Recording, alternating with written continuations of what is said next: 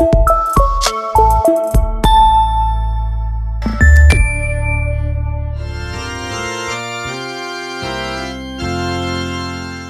mofinaina isan'andro atolotry ny mpitandrina rakotina valina maoly.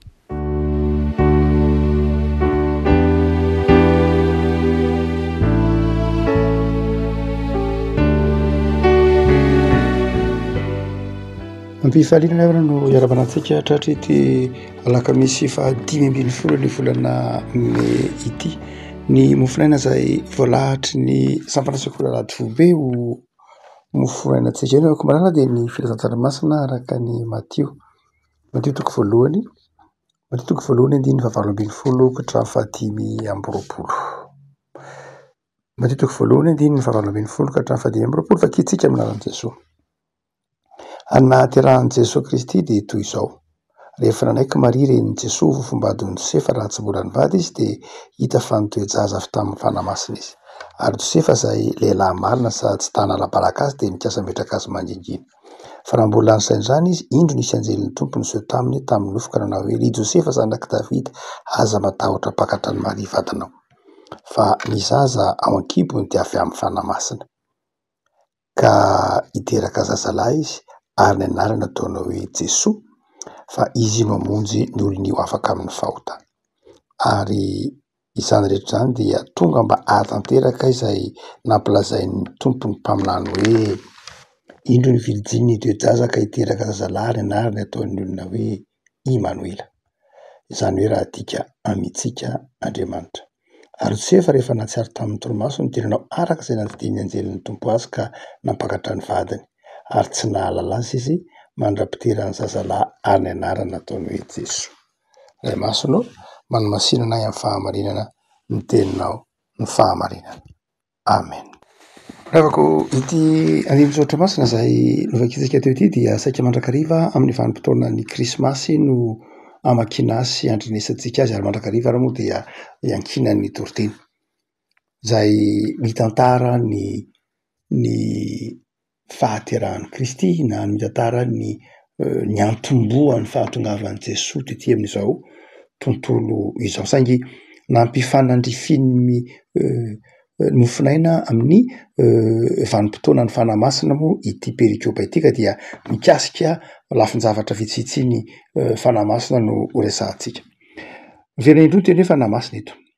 Ny andininy fa 7 dia manao hoe: dia hita fa nitoejaza avy tamin'ny fanamasina izy. Any andininy fa 20 tapany faharoa, fa ny zaza ao an-kibony dia avy amin'ny fanamasina. Ina moa ny anjara toeran'ny fanamasina eto? Tsy hoe mahabevoka ny fanamasina sanatria ny vava na mahatonga ny olona ataontsika hoe miteraka ny fanamasina, tsy dia izay loatra, satria raha mamaky izany tsika dia ohatra miteny eto manao hoe amin'ny andininy fa 7 manao hoe nitoejaza avy tamin'ny fanamasina, na koa hoe fa ny zaza ao an-kibony dia avy amin'ny fanamasina. Dia ohatra mieritreritra hoe fangamo ny fanamasina izany sanatria ve mahabevoka olona, tsy dia izay loatra, tsy akory sanatria ny vava. Fa raha mijery ny texte greka isika, raha mijery ny teny nampiasain'ny Matio zany, dia milaza hoe eka ilay miteny hoe avy amin'ny fanamasina eto, milaza hoe eka, zany hoe toy ny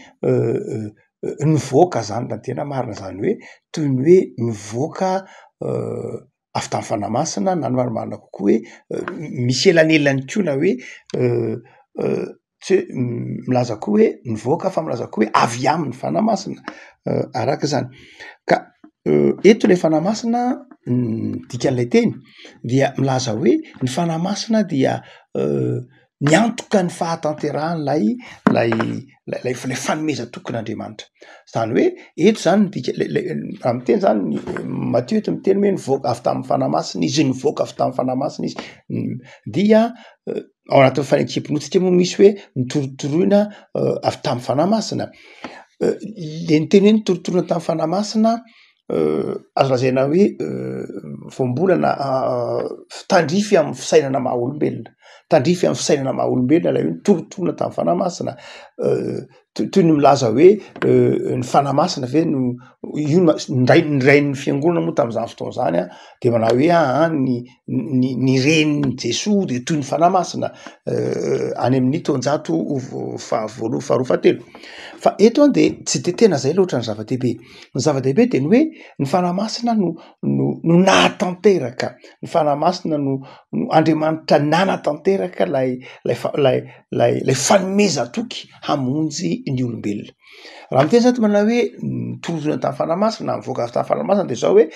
nisy tonga olombelona avy amin'ny asan'ny fanamasina. Lay fomba nisiny ny fomba nahatongavan'i Jesoa tao akibon'i Maria dia asan'ny fanamasina fa tsy hoe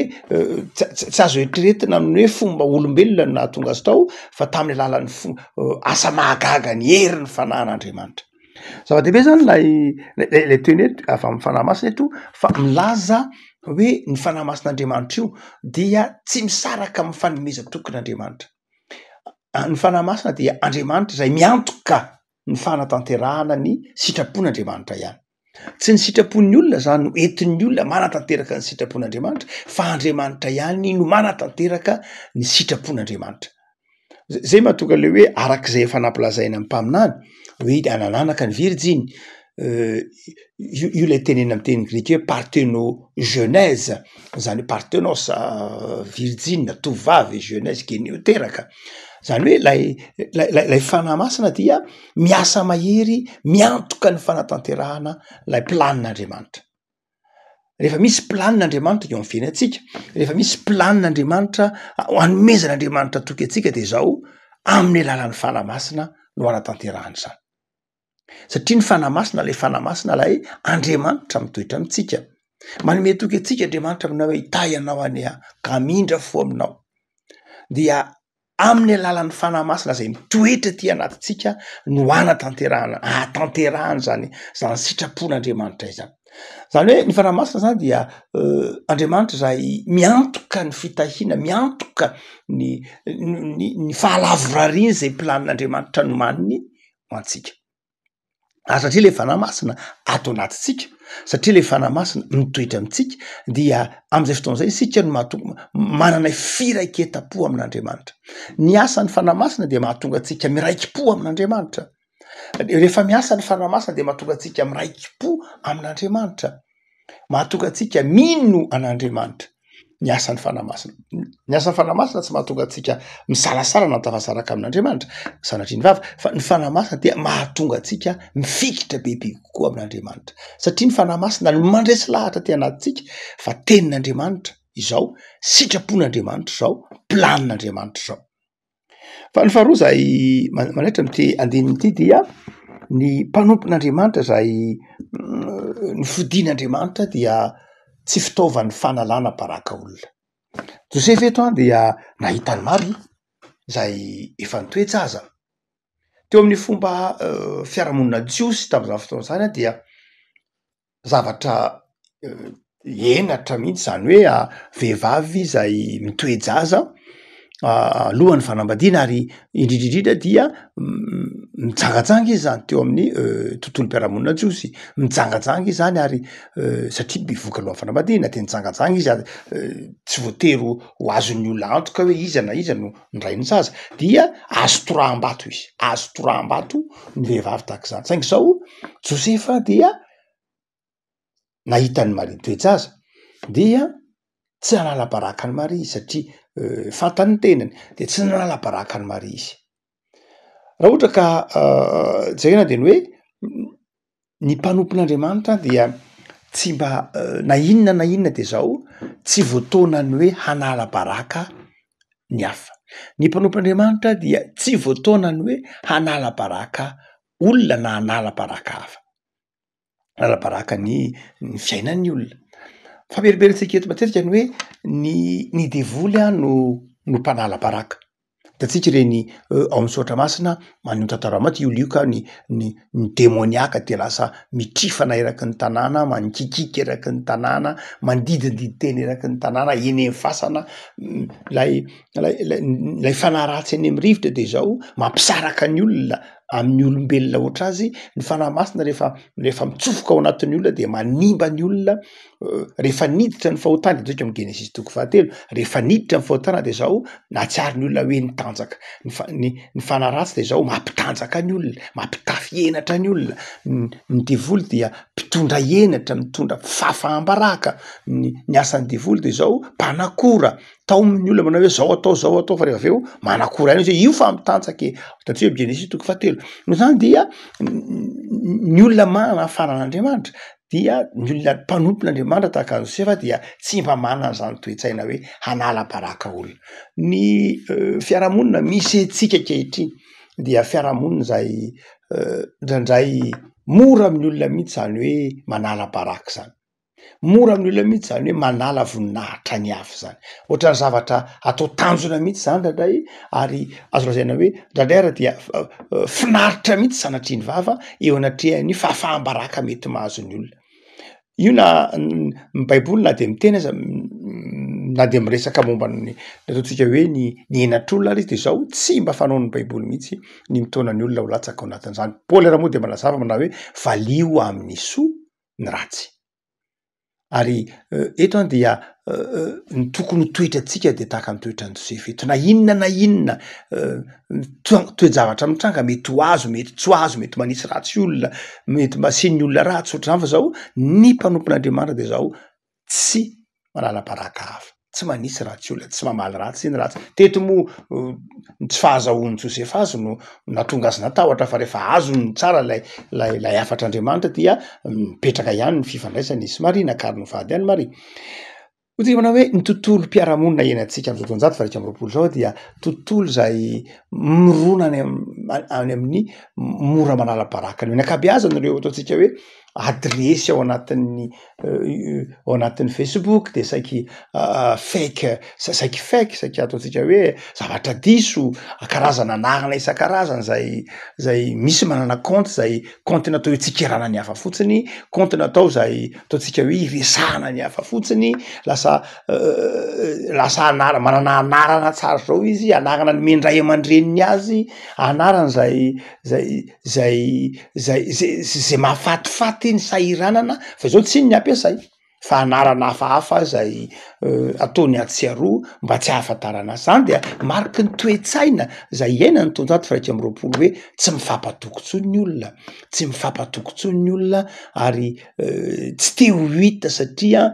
mety hoe tsy te ho hita mba tsy handray commentaire avy amin'ny hafa satria ny hafa mety manala baraka hoe izy ihany io de nisy commentaire na koa mety mifanohitra am'izay hoe tsy te ho hita satria nisy commentaire tsy mahafinaritra sy ny sisa rehetra hotsika manao hoe zao dia tontolo mpiainany olona dia mora amin'ny olona mihitsy zany hoe miteny ratsy ny namany miteny ratsy ny mpiarabelona aminy manozona manopa sy ny sisa rehetra zavatra mampandeha ho azy andraindray raha dia mamoron-javatra mihitsy ny antony mahatonga zany de zao satria mpanota ny olona ary rehefa mpanota ny olona de zao ohatran'ny zaran'ny olona aza miresaka ny faharatsiny hafa mba hanakonany ny faharatsiny zany hoe fatany tena ny faratsy saingy amin'ny alalany rehefa manala baraka olona izy rehefa miteny ratsy olona izy de zao toy ny heveriny eo toy ny tena izy manao hoe tsy za ihany ratsy fa ranona ko ratsy dia asehon'le faharatsian'ny hafa fa izy maneho ny faharatsian'ny hafa iny de efa ratsy raty eo fa mba hanafena ny faharatsitsy mba hanafenatsika ny mahampanota-tsika mba hanafenatsika lay sentiment de culpabilité lay tahotra atanatsika le fanameloha-tena ato anatsika dia avoakatsika ny faharatsian'ny hafa avoakatsika ny tsy fitezan'ny hafa mba ilazana andresen-dahatra ny tenatsika aloha voalohany indrindra hoe tsy za ina ingeny ratsy ranona koa ratsy tsy za ina ingeny manao tsy mety ranona indrindra koa manao tsy mety dia mandeha lay fifanala-mbaraka revako hotsika manao hoe ny mpanompon'Andriamanitra de zao na de ao anatin'ny vanim-potoana sarotra ara de tsy latsaka ao anatiny hoe alaiky baraka ito alaiky saratsainy Josefa no olona fofombadiny no manino ho rehare no manino ho akariny eo anivon'ny fianakaviana ifa mitoejazalohany fotoana tena zavatra tsy azo eritreretina tsy zaka zany dia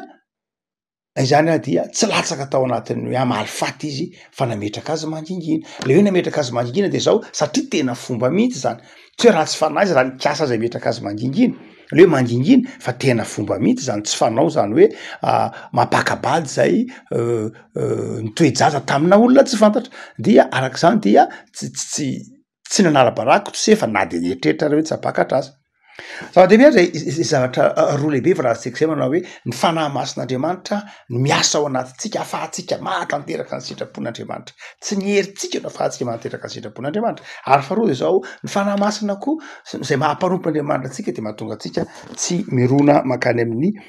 fanalaham-baraka ny hafa fa ny fahatelo fana zay entina mampatsiaro antsika dia lay Andriamanitra i Jesosy dia midika hoe mitoetra amitsika Jesosy lay vombolana hoe Immanuel dia milaza hoe mitoetra namonina amitsika Andriamanitra lay zanak'Andriamanitra zay teraka zay amonjy tsika de zao mahatonga an'Andriamanitra ho mitoetra amitsika na marimarina koa mahatonga ny hoe miandany amitsika Andriamanitra tsaroaka zaka tsarotsika tsara ny boky Genesis toko 7 fa rehefa nanota ny olona de ndroana ny sahedena niala ny sahedena ary nanjara nisy antsana nisy tevana nampisaraka ny olona sy Andriamanitra lasa ny fanalavitra ny olona sy Andriamanitra lasa tsy nifandray ny olona sy Andriamanitra fa rehefa tonga kosa de solay Immanuel de zao lasa miandany amitsika Andriamanitra tsy fahavalontsika itsony Andriamanitra lasa misy tetezana mampifandray atsika amin'Andriamanitra de Jesosy tokony lehibe atsika zany tetenjotra masina ty manao hoe ny fitoeran'ny fanamasina ty anatintsika de mahatonga atsika mahazo antoka fa ao amitsika Andriamanitra amitsika Andriamanitra miandany amitsika Andriamanitra ara amitsika Andriamanitra miandany amitsika Andriamanitra Immanuel de inona no teraka izany inona mbola mahatonga atsika mitebiteby inona mbola mahatonga atsika matahotra inona mbola mahatonga atsika misalasala ny amin'ny fitiavan'Andriamanitra efa amitsika Andriamanitra zany hoe efa miandany aminao Andriamanitra itsika indray no tsy mahazo antoka ny hoe ahoana moa zany Andriamanitra ianao ve tena eto akaiky marina ianao ve tena mahita marina ianao ve tena mahafantatra marina fa ny saotra masina de manazava tsara mihitsy fa ny hoe amitsika Andriamanitra de zao milaza fa tonga fantatr'Andriamanitra isika rehefa atao batisa ny mpino dia mahatsiaro ny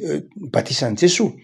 rehefa natao batisa Jesosy dia nisy feo avy any an-danitra ny teny manao hoe indro ny zanako malalako zay sitrako izy no enoy amin'ny fotoanany batisa dia tahak'izay koa tsika tsy hoe isika ihany no